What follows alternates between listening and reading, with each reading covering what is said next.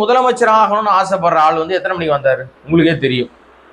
அவர் வந்து ஓட்டு போட்டுட்டு திரும்பி போயிட்டு அதுக்கப்புறம் இன்றைக்கு வந்த விஜய், இன்றைக்கு பார்த்த விஜயை இனிமேல் நீங்கள் எப்போ பார்ப்பீங்க அப்படின்னா தான் பார்க்க முடியும். அது கூட அன்னைக்கு வந்து அவருக்கு சாதகமான ஏதாவது ஒரு தொகுதியிலேயாவது அவர் வெற்றி பெறுவதற்கான சூழ்நிலை இருந்தால் அவர் வெளியில வந்து இந்த வீட்டு வாசல வந்து கை காட்டலாம், இல்லைன்னா மாடியில ஏறி அந்த காம்பவுண்ட் சுவர் மேல ஏறி கை காட்டலாம், அவ்வளவுதான் நடக்குமே தவிர பெரிய விஷயங்கள் நடப்பதற்கு வாய்ப்பு இல்லை.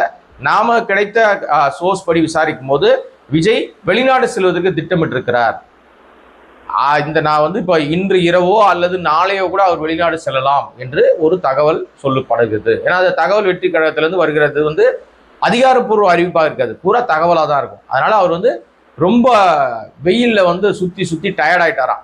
எந்த தொகுதியும் பெருசா போல, ஆனா அந்த சொகுசு வாழ்க்கையில இருந்தவர் இல்லையா, அதனால அவர் வந்து அந்த நம்முடைய அந்த அவருடைய உடம்பு அந்த டேர்ன் ஆயிடுச்சு, கருப்பாயிட்டாரு, நிறைய ஸ்கின் சிக்கல் வந்துருச்சுன்னு இப்போ வெளிநாட்டில் போய் அவர் ஒரு வாரம் ரெஸ்ட் எடுக்கிறதுக்கு முடிவெடுத்துட்டாருன்னு சொல்றாங்க. அது நாளையே கூட அவர் கிளம்பலான்றாங்க. இது விஜயனுடைய தரப்பு தகவலாக கசிய விடப்பட்டிருக்கிறது. ஏன் அப்படின்றத தெரியல நமக்கு.